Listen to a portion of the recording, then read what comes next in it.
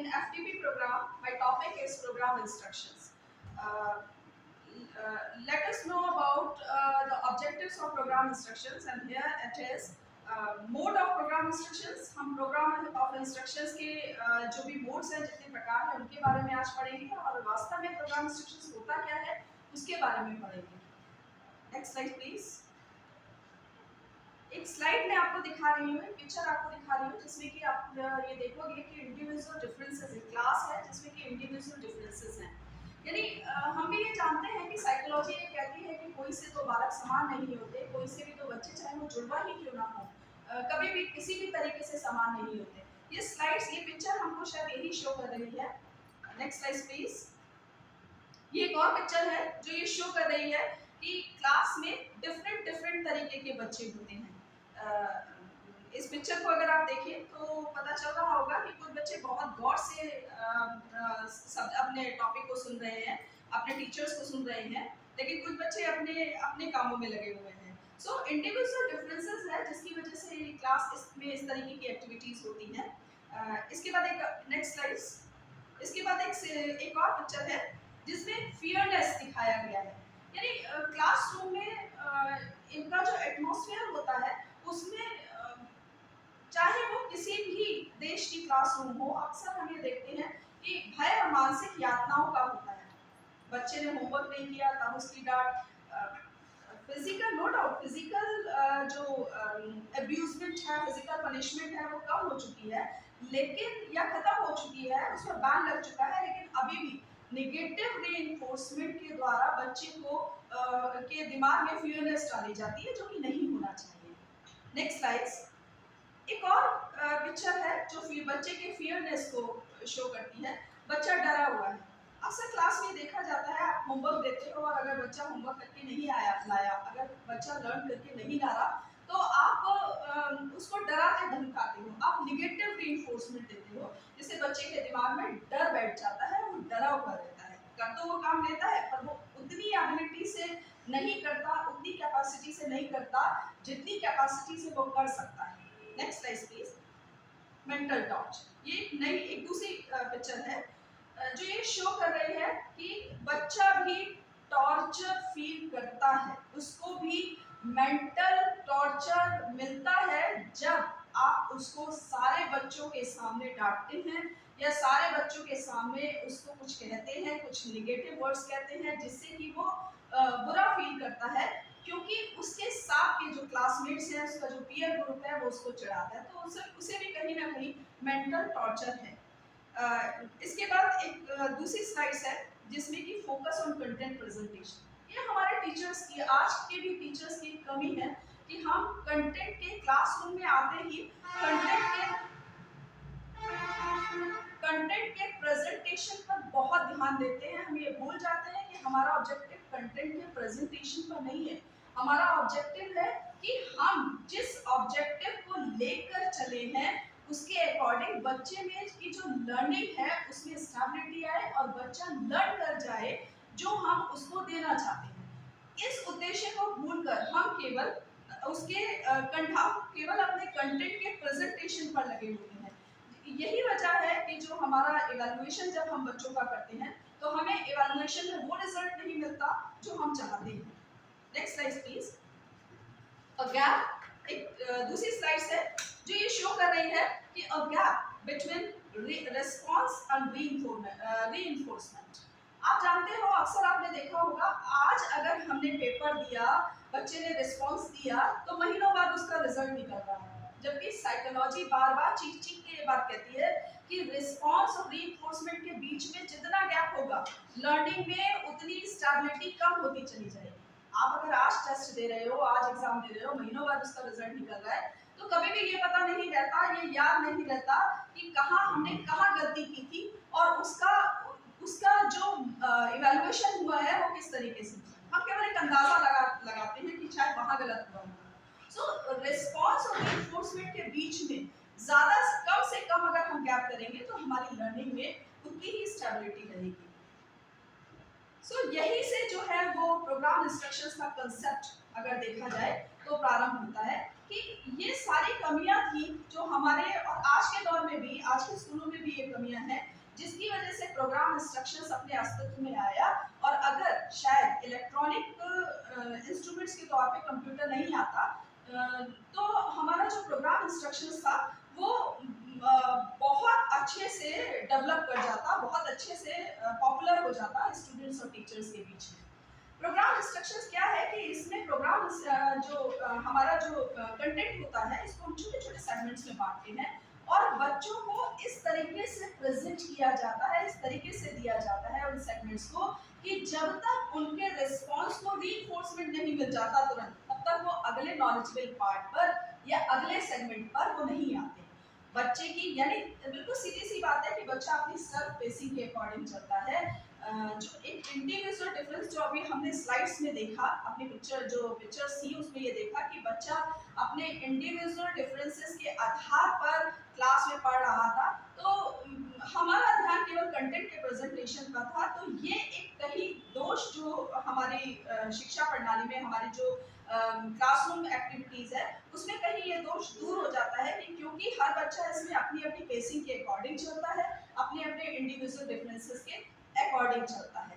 दूसरी बात, हर रिस्पॉन्स और रीइंफोर्समेंट के बीच में हम गैप कर देते हैं। टीचर का ध्यान कंटेंट के प्रेजेंटेशन पर नहीं रहता, इसलिए टीचर का वो उद्देश्य है कि वो यहाँ बच्चों को समझाने आया है, वो ये नॉलेजेबल पार्ट को देने आया है, उनकी लर्निंग को एस्टेब्लिश करने आया है। वो सारी उसकी जो वो लेना चाहता है वो सारी चीज़ें इसमें उसको मिल जाती हैं। सो प्रोग्राम इंस्ट्रक्शंस, अगली नेक्स्ट स्लाइड। प्रोग्राम इंस्ट्रक्शंस क्या है? Step by step self instruction programme है। हम कंटेंट को छोटे छोटे सेगमेंट में बांट देते हैं और स्टेप बाय स्टेप बच्चों को देते हैं। Second is describe changes in learners behaviour. ये लर्नर्स के बिहेवियर को चेंज करता है जैसा कि हम चाहते हैं, जैसा कि हमारे ऑब्जेक्टिव में डिस्क्राइब होता है। And third is response are controlled. इसमें बच्चा दाएं या बाएं नहीं घूमता, रिस्पॉन्स कंट्रोल्ड है, उन्हीं पॉइंट्स पर बात करता है जो पॉइंट्स हम उससे चाहते हैं। आप इसको नेगेटिव फॉर्म में भी ले सकते हो और पॉजिटिव फॉर्म में भी ले सकते हो। नेगेटिव यानी हम बच्चे की पर्सनालिटी को इसमें आइडेंटिफाई नहीं कर सकते, लेकिन पॉजिटिव परफॉर्मेंस या पॉजिटिव पॉइंट्स इसका ये है कि हम जो एक्सपेक्ट कर रहे हैं कि हमारा बच्चा इस कंटेंट को, इस सेगमेंट को पढ़ने के बाद ये सीख जाए, तो हमें वो चीज़ मिल जाती है। या तो वो चीज़ यस में होगी, एक्सेप्टेबल होगी, या फिर वो नो में होगी, हम उसको एक्सेप्ट नहीं करेंगे। तो रिस्पॉन्स जो है वो कंट्रोल्ड है। And then last point is psychological principles of operant conditioning. Programme instructions operant conditioning की साइकोलॉजिकल प्रिंसिपल पर बेस्ड है। एक्चुअली क्या है कि इसको B.F. स्किनर ने इंट्रोड्यूस किया था और इसके पीछे एक बड़ी प्यारी सी स्टोरी है कि एक बार स्किनर जो थे वो अपनी बेटी के स्कूल में रिपोर्ट कार्ड लेने गए। उन्होंने वो सारे चीज़ें देखी जो मैंने अभी आपको स्लाइड्स में दिखाई। वातावरण बड़ा मानसिक भय और यातना का था, बच्चे डरे हुए थे, रेस्पॉन्स और रीइंफोर्समेंट में गैप बहुत कम था, कंटेंट के प्रेजेंटेशन पर बहुत जोर था। तो उन दिनों वो ऑपरेंट कंडीशनिंग पर वर्क कर रहे थे। तो उन्होंने सोचा क्यों ना ऑपरेंट कंडीशनिंग पर बेस्ड होकर कुछ ऐसा बनाया जाए जो बच्चों के अकॉर्डिंग हो। तो वहीं से प्रोग्राम इंस्ट्रक्शंस आना शुरू हुआ और उसका जो अप्लाइड ऑपरेंट कंडीशनिंग का जो अप्लाइड फॉर्म था वो प्रोग्राम इंस्ट्रक्शंस में के रूप में हमारे सामने आया। बाद में धीरे धीरे मॉडिफिकेशन होते होते प्रोग्राम इंस्ट्रक्शंस को कई पार्ट्स में बांटा गया, जिसमें B.F. स्किनर का जो पार्ट था वो लीनियर प्रोग्रामिंग के रूप में चेंज हो गया। इवन दो प्रोग्राम इंस्ट्रक्शंस का जो बेस है चूंकि ऑपरेंट कंडीशनिंग पर बेस्ड है, तो ये ऑपरेंट कंडीशनिंग के जितने भी साइकोलॉजिकल प्रिंसिपल्स थे वो सारे, उसका जो बेस था वो उन्हीं साइकोलॉजिकल प्रिंसिपल पर आधारित होते हैं। Next slide please. ये एक डेफिनेशन है प्रोग्राम इंस्ट्रक्शंस के बारे में और मैं ये समझती हूँ कि सुसन मार्टी की ये डेफिनेशन अपने आप में एक कंप्लीट डेफिनेशन है। She is saying program learning is a method of designing a reproducible sequence of instructional event to produce a measurable and consistent effect on the behavior of each and every acceptable students। बहुत प्यारी और अपने आप में complete definition है जो ये कह रही है कि डिजाइनिंग अ रिप्रोड्यूसिबल सीक्वेंस, यानी पहले से प्रोड्यूस है कंटेंट हमारे पास बिखरा पड़ा है, लेकिन हमने हमने उसको दोबारा से इस तरीके से लगाया कि हम हमारे बच्चे उसको ढंग से कर सके, हमारे स्टूडेंट्स उसको कर सके। यानी टीचर के ऊपर डिपेंड करता है सेगमेंट का लगाना, और टीचर जब सेगमेंट को लगाता है, जब उनके फ्रेम्स को लगाता है, तो वो इस बात का ध्यान, बहुत सारी चीज़ों को ध्यान में रखता है, जैसे लर्नर की एज क्या है, लर्नर की क्लास कौन सी है, लर्नर की जो बैकग्राउंड है वो किस तरीके की है, गांव का है कि शहर का है, रूरल है कि अर्बन एरिया से है, इंग्लिश मीडियम है कि हिंदी मीडियम है, बहुत सारी चीज़ों को ध्यान में रखकर वो रिप्रोड्यूसिबल करता है ना। डिज़ाइन एक एक एक एक, एक स्टेप बाय स्टेप उसको कंटेंट को बेस करता बनाता है। Sequence of instructional units, instruction मतलब कॉग्निटिव पार्ट को वो इस तरीके से डिजाइन है, सीक्वेंशियली क्रोनोलॉजिकल ऑर्डर में लगाता है, और ये क्रोनोलॉजिकल ऑर्डर उस पर बेस्ड होता है। And to produce a measurable and consistent effect on behaviour of each and every acceptable student, ताकि वो मेजर कर सके लगातार जो बच्चे के बिहेवियर में चेंज हो रहा है। आप अगर इसके डीप में जाओ तो आप ये देखोगे कि हर सेगमेंट के बाद जो हम कंटेंट को छोटे छोटे पार्ट्स में बांटते हैं, हर पार्ट्स, हर फ्रेम के बाद उसका हर बच्चे का इवैल्यूएशन, जो भी उसको लर्नर या जो भी उसको पढ़ रहा होता है उसमें इवैल्यूएशन होता है, यानी कंसिस्टेंट इवैल्यूएशन होता है। सपोज अगर मैं एजुकेशन टेक्नोलॉजी की बात करूं और मैं एजुकेशन टेक्नोलॉजी का प्रोग्राम इंस्ट्रक्शन बनाऊं, तो बनाते समय मैं इस बात का ध्यान रखूंगी कि मुझे सबसे पहले एजुकेशन के बारे में समझाना होगा, फिर टेक्नोलॉजी के बारे में फ्रेम्स बनाने होंगे, और फिर एजुकेशन टेक्नोलॉजी के बारे में फ्रेम्स बनाने होंगे। और डीप में जाऊं तो मैं ये देखूंगी कि मैं एजुकेशन को ज़्यादा तवज्जो दूं ऐसे बच्चों को कि जो मेरे जो लर्नर्स हैं वो आर्ट साइड से रिलेटेड है, वो साइंस साइड से रिलेटेड है, क्योंकि उन्होंने आर्ट्स में एजुकेशन नहीं पढ़ा हुआ है। जबकि अगर आर्ट्स का स्टूडेंट्स है वो एजुकेशन को बहुत अच्छे से पढ़ा हुआ है, तो मैं इतना तवज्जो एजुकेशन को आर्ट्स के स्टूडेंट्स के लिए नहीं दूंगी।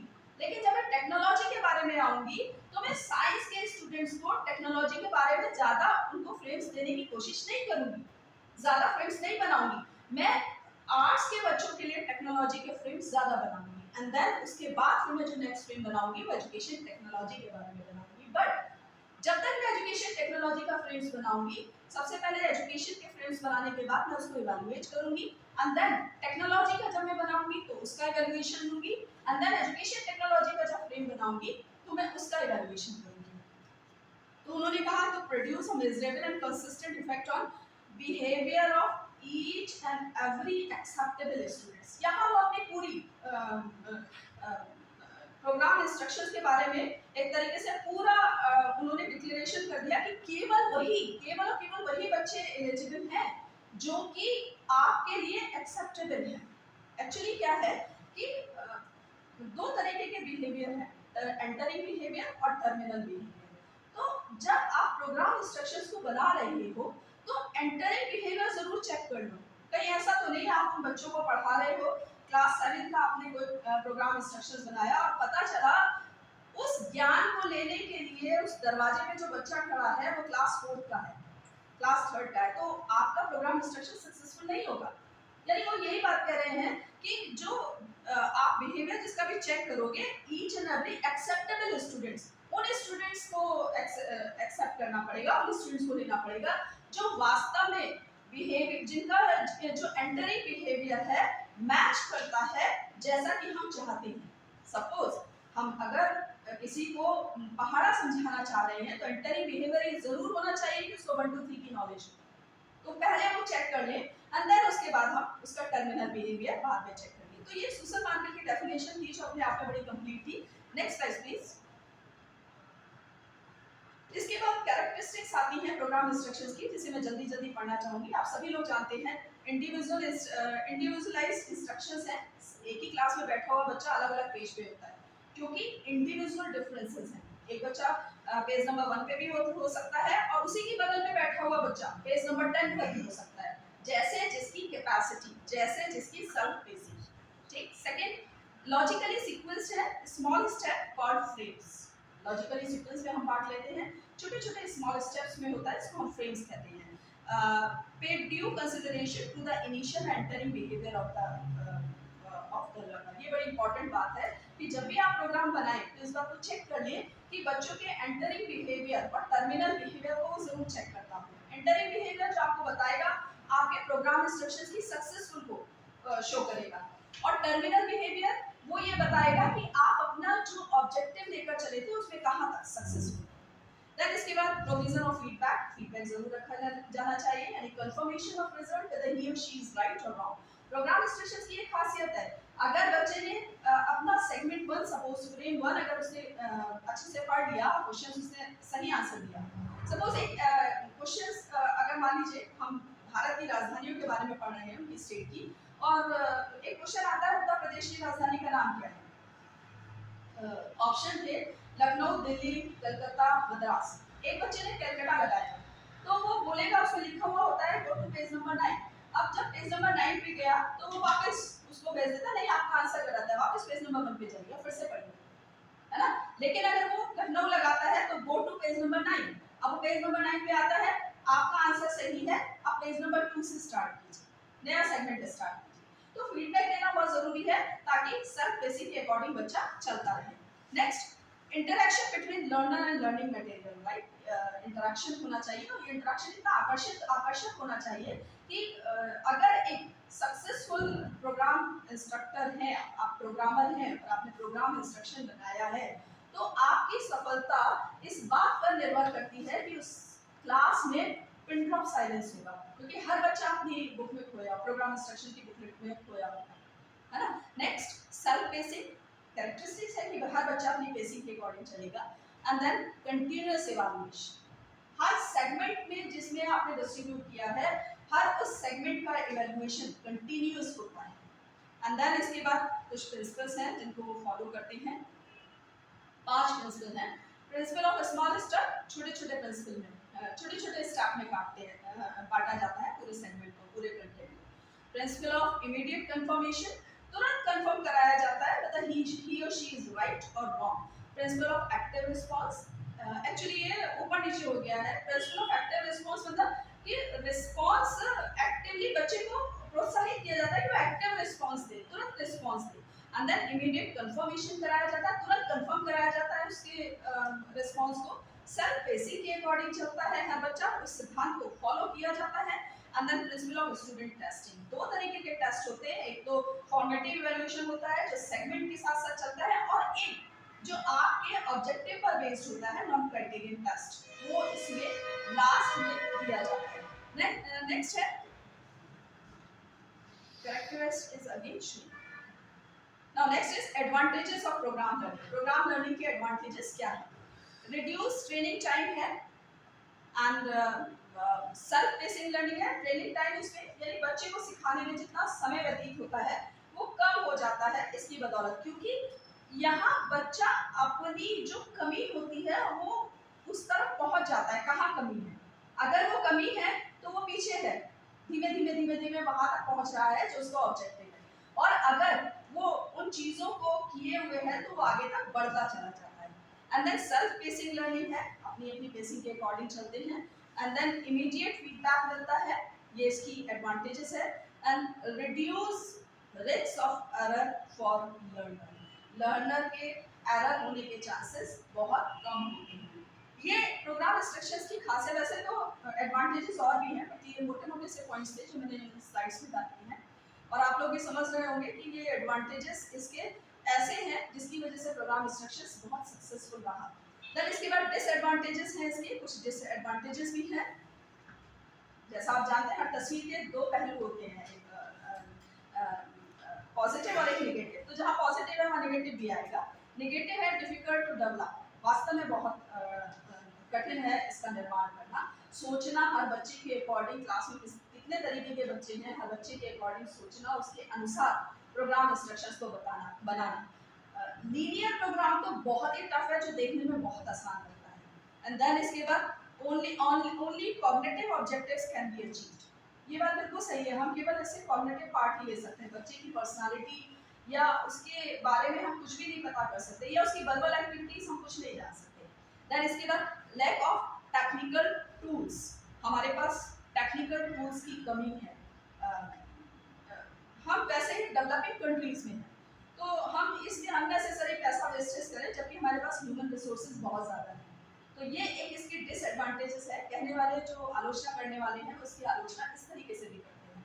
देन इसके बाद नो अपॉर्चुनिटी फॉर क्रिएटिविटी, चूंकि रिस्पॉन्स कंट्रोल्ड है तो क्रिएटिविटी कहीं से भी नहीं आती। भारत की राजधानी अगर दिल्ली है तो वो दिल्ली है, इसमें बच्चा कुछ नहीं कर सकता, वो नहीं कह सकता कि लखनऊ क्यों नहीं है। हाँ, हालांकि ब्रांचिंग प्रोग्राम में डायग्नोस देने की कोशिश, रेमेडियल देने की कोशिश की गई डायग्नोस करने के बाद, बट फिर भी इसका जो रिस्पॉन्स है वो कंट्रोल्ड है, क्रिएटिविटी पता नहीं चलती, इतनी पता नहीं चलती जो ट्रेडिशनल के टीचिंग वैसे जो टीचिंग करते हैं उसमें पता चलती है। एंड देन इसके बाद मोड्स ऑफ प्रोग्राम इंस्ट्रक्शन, हमारे ऑब्जेक्टिव का जो दूसरा मोटिव है, अच्छा उसके बारे में हम बात करेंगे। तीन तरीके के हमारे जो प्रोग्राम इंस्ट्रक्शंस है उसके बारे में दिया गया है, लीनियर प्रोग्राम, ब्रांचिंग प्रोग्राम और mathematics programme. Linear programme B F Skinner's के इंट्रोड्यूसर हैं, आप स्लाइड में नेक्स्ट स्लाइड प्लीज, आप इस स्लाइड्स में इनकी फोटो भी देख रहे होंगे। बीएफ स्किनर ने ऑपरेंट कंडीशनिंग की और उसका अप्लाइड फॉर्म प्रोग्राम इंस्ट्रक्शंस के रूप में रखा था, जो बाद में लीनियर प्रोग्राम के रूप में मशहूर हुआ।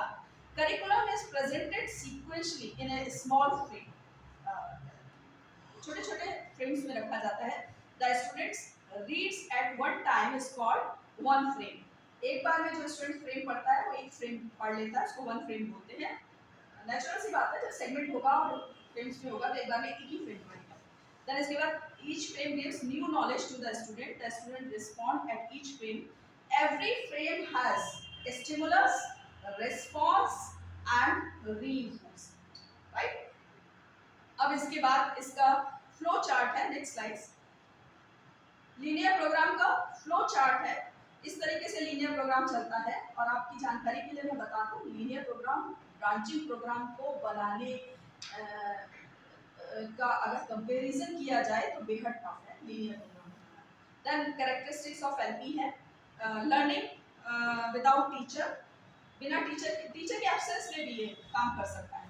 Then process of learning by short step is better, छोटे छोटे सेगमेंट में काटना कंटेंट को और बच्चों को प्रेजेंट करना अच्छा रहता है, इसकी characteristics.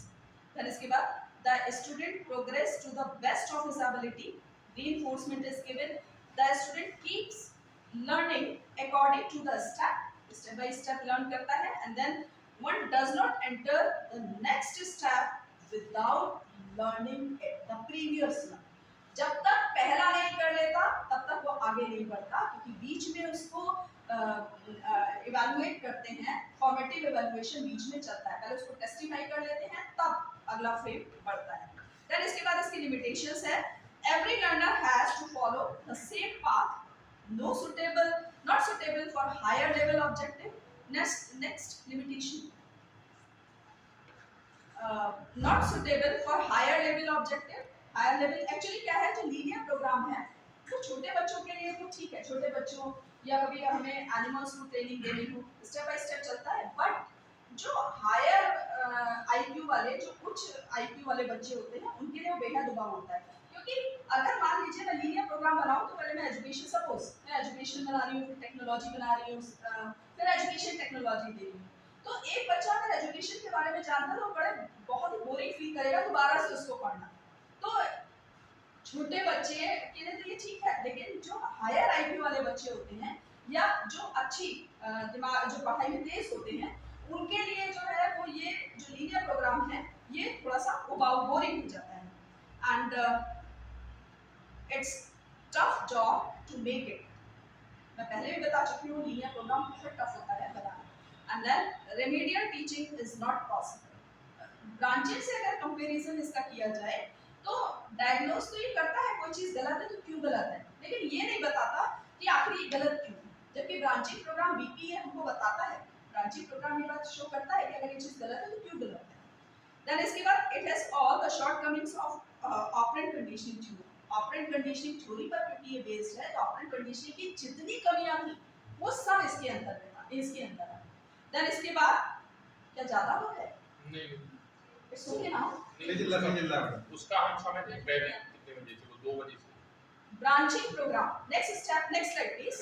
Branching program, branching program आप इसकी इंट्रोड्यूसर देख रहे होंगे, नॉर्मन ए क्राउडर है। नॉर्मन ए क्राउडर अमेरिकन एक जो ये एयरफोर्स के ऑफिसर थे जो एंट्री देते थे, बच्चों का एंट्रेंस टेस्ट लिया करते थे, जो कि एयरफोर्स में जाना चाहते थे जो स्टूडेंट्स। तो उन्होंने कहीं ये पेपर, उन्होंने कहीं टेस्ट डेवलप किया था जो बाद में एक्सेप्ट किया गया एज ए पीपी के तौर। एक्सपोजिटरी कहलाता है ये एक्चुअली ये प्रोग्राम, यानी हम एक ही बार में सारे कंटेंट को इसके अंदर उड़ेल देते हैं और फिर बच्चे के ऊपर डिपेंड करता है कि वो कहीं से भी स्टार्ट कर रहे हैं, पहुंचेगा वही जो उसका ऑब्जेक्टिव है, जो ऑब्जेक्टिव हमने डिसाइड एज ए प्रोग्रामर उसमें डिसाइड किया है। तो इस तरीके का जो प्रोग्राम है वो ब्रांचिंग प्रोग्राम कहलाता है। This program was developed by Norman A Crowder. This frame may be relatively by bigger size in comparison to LP। Expository इसीलिए कहलाता है क्योंकि एक्सपोज हो जाता है इसमें सारी चीज, है ना, एक ही बार में सारी चीजें डाल देते हैं ब्रांच के माध्यम से। जैसे सपोज एजुकेशन टेक्नोलॉजी की मैं बात करूं तो ब्रांचिंग में पढ़ा हुआ है एजुकेशन टेक्नोलॉजी, बच्चे को नहीं इंटरेस्ट है एजुकेशन जाने का तो डायरेक्ट टेक्नोलॉजी में भी जा सकता है, कहीं से भी खोल सकता है कोई भी फ्रेम। देन इसके बाद ईच फ्रेम में contain multiple choice question. Multiple choice question होते हैं इसमें। If the answer is correct he moves to next. Then इसके बाद इसके कुछ प्रिंसिपल्स हैं, 3 प्रिंसिपल्स हैं जिसको ये फॉलो करता है। प्रिंसिपल ऑफ एक्सपोजिशन, यानी एक्सपोज कर देता है पूरे कंटेंट। देन इसके बाद प्रिंसिपल ऑफ डायग्नोसिस, डायग्नोस करता है, टीचर की तरह ये जानने की कोशिश करता है टीचर की एब्सेंस में कि आखिर बच्चा गलती कहाँ कर रहा है, कर रहा है तो क्यों कर रहा है। देन इसके बाद प्रिंसिपल ऑफ रेमेडिएशन, तुरंत रेमेडी भी देते हैं। उस रेमेडियल टीचिंग जो है भी इसके थ्रू पॉसिबल है। यानी अगर हम ये बोले भारत की राजधानी क्या है और एक बच्चे ने कलकत्ता लगाया है तो वो उस पेज पे पहुंचाएगा तो, लेकिन वहां वो रीजन भी देगा कि आखिर कलकत्ता गलत क्यों है, तब वो वापस उस पेज पे भेजेगा, उस कलकत्ता के बारे में पूरा डिस्क्रिप्शन होगा। यानी पूरे रेमेडी देता है डायग्नोस करने के बाद कि कोई बच्चा गलत अगर आंसर दे रहा है तो आंसर वो गलत क्यों है, राइट। देन इसके बाद इसका फ्लो चार्ट है बीपी का। इस तरीके से ब्रांचिंग प्रोग्राम, ब्रांच प्रोग्रामिंग होती है। देन इसके बाद इसकी एडवांटेजेस हैं। Frames are relatively large, large होते हैं, दस कंटेन मोर इंफॉर्मेशन, इसलिए जो कंटेंट होता है उसमें ज्यादा इंफॉर्मेशन होता है, ये इसका पॉजिटिव पॉइंट है। और यही इसका नेगेटिव पॉइंट बन जाता है इस तरह से कि जब हम इवैल्यूएशन करते हैं तो मात्र एक क्वेश्चन देते हैं, तो क्या वो एक क्वेश्चन सारे कंटेंट को रिप्रेजेंट करता है? आप कॉम्प्रिहेंसिव इवैल्यूएशन की बात करते हो तो क्या कॉम्प्रिहेंसिव इवैल्यूएशन है इसके थ्रू? हम पूरे कंटेंट का रिप्रेजेंटेशन मात्र एक क्वेश्चन से करते हैं। देन इसके बाद centre of teaching learning process is learner, and then इस ये कुछ गलत हो गया, centre of teaching learning process, अच्छा centre of teaching learning process is learner. जो इसका जो फ्रेम बनता है वो स्टूडेंट सेंटर्ड होता है, बच्चे को ध्यान में रखकर बनाया जाता है और यही वजह है कि बच्चा कहीं से भी उसको स्टार्ट कर सकता है। देन इसके बाद students are given remediation immediately उसको रेमेडी दी जाती है, रेमेडियल टीचिंग दी जाती है। मैंने आपको जैसे पहले भी बताया कि जैसे ही वो उस पेज दूसरे पेज पर जाता है, गलत पेज पर, 2 पेज होते हैं इसमें, होम पेज और रॉन्ग पेज। अगर वो पेज नंबर सपोज 7 पर गया तो उस पेज पे पूरी रिमेडियल का पूरा क्लैरिफिकेशन लिखा होता है कि अगर ये चीज गलत है तो वो क्यों गलत है। देन इसके बाद much of the learning takes place when freedom is given to the learner and in this style freedom is given. Response control है, बट क्या है कि इसमें थोड़ा थोड़ा अलग से आइडिया हो जाता है। जैसे मैंने आपको एक एग्जांपल के थ्रू बताया कि अगर भारत की राजधानी कलकत्ता नहीं तो कलकत्ता आखिर है क्या, तो कलकत्ता के बारे में एक अतिरिक्त नॉलेज उस बच्चे के पास पहुंच जाती है। देन इसके बाद limitation, useful for higher classes के लिए बड़ा यूजफुल है। गैसेस इज मेन प्रॉब्लम, तुक्के की संभावनाएं बहुत होती है क्योंकि इसमें 2 ही तरीके के फ्रेम्स हैं, या तो होम पेज है या रॉन्ग पेज है। एक बार ये बात पता चल जाए कि पेज नंबर 7 रॉन्ग पेज है, तो अगर उस ऑप्शन में आपको पता हो या ना पता हो, अगर उस ऑप्शन में ये लिखा हुआ है गो टू पेज नंबर 7, आप कतई नहीं जाओगे उस पेज पे क्योंकि आपको पता है वो पेज रॉन्ग पेज है। तो इसमें कहीं ना कहीं तुक्के की संभावना है। देन इसके बाद only one question represent the whole content, जैसा कि मैंने बताया आपको कि केवल एक क्वेश्चन सारे कंटेंट को रिप्रेजेंट कर रहा है, ऐसा पॉसिबल नहीं होता। देन इसके बाद since there is no psychological base so always suspicious, क्योंकि इसके पीछे कभी भी कोई साइकोलॉजिकल प्रिंसिपल नहीं होता, इसका बेस साइकोलॉजिकल सिद्धांत पर आधारित नहीं है, इसलिए हमेशा शक की निगाहों में देखा जाता है, हमेशा सस्पिशियस रहता है वीपी। देन इसके बाद नेक्स्ट आया मैथमेटिक्स प्रोग्राम। ये थॉमस पिलफर्ड ने इसको प्रेजेंट किया था। मेनली फीडबैक पर ये डिपेंड करता है, बेस्ड है। और फीडबैक जो है ना वो अपने आप मोटिवेट बच्चा उस कंटेंट के रिस्पॉन्स से ही होता है, यानी फीडबैक उसके रिस्पॉन्स से ही निकलता है। बाद में मैं भी बताती हूँ किस तरीके से निकलता है। जनरली मैथमेटिक्स पर बेस्ड होता है, मैथमेटिक्स क्वेश्चंस पर। सो mathematics Mathematics derived from Greek word mathen, which means learn. Thomas F. Guilford is an exponent, वो उसके इंट्रोड्यूसर थे। It refers to the analysis and reconstruction of complex behavior group with well-organized use of the principle of reinforcement, which represent the mastery in subject matter. यानी subject matter की जब तक mastery नहीं हो जाती तब तक इसके एग्जांपल्स दे दे के उसको क्लियर, कंसेप्ट को क्लियर करते रहते हैं। 3 स्टेप्स फॉलो करते हैं इसमें। डेमोस्ट्रेट, डेमो दिया जाता है, देन प्रॉम्प्ट दिया जाता है। प्रॉम्प्ट, प्राइम एंड प्रॉम्प्ट्स आप जानते हो, एडिशनल जो सपोर्ट दिया जाता है that is known as prompts. And then उसके बाद रिलीज कर दिया जाता है, छोड़ दिया जाता है, आप अपने आप से उसको कर सकते हो। ये एग्जांपल के थ्रू आपको समझाती हूँ। Next slide please.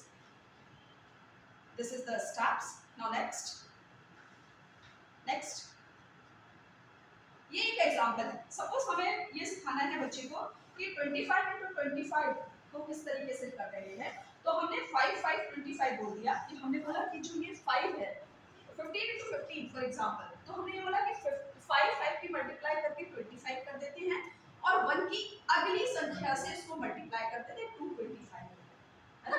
देन उसके बाद हमने फ्यू एग्जांपल, आपने देखा ना पहले डेमो दिया, हमने डेमो करके दिखा दिया। अभी इसके मोड आए थे ना, इसे पिछली स्लाइड से जरा दिखाइए। इसके 3 स्टेप थे, डेमो था and the second is prompt था एंड देन रिलीज, है ना। तो हमने डेमो दिया सबसे पहले। Next slide please. हमने सबसे पहले डेमो दिया, यानी हमने उसको समझाया किस तरीके से करते हैं 15 into 15। देन उसके बाद फिर हमने प्रॉम्प्ट किया, हमने बोला अच्छा अब करते हैं चलो 25 into 27। तो बीच बीच में उसकी प्रॉम्प्ट देते गए, एडिशनल हेल्प करते गए। 5 into 5 is 25, 2 की अगली से कर दो 3, तो 625 इज द आंसर, है ना। ऐसे 2-3 प्रॉम्प्ट्स दिए एंड देन उसके बाद उसको रिलीज कर दिया। अब हमने उसको क्वेश्चंस दे दिए, अब आप करिए इसको सामने।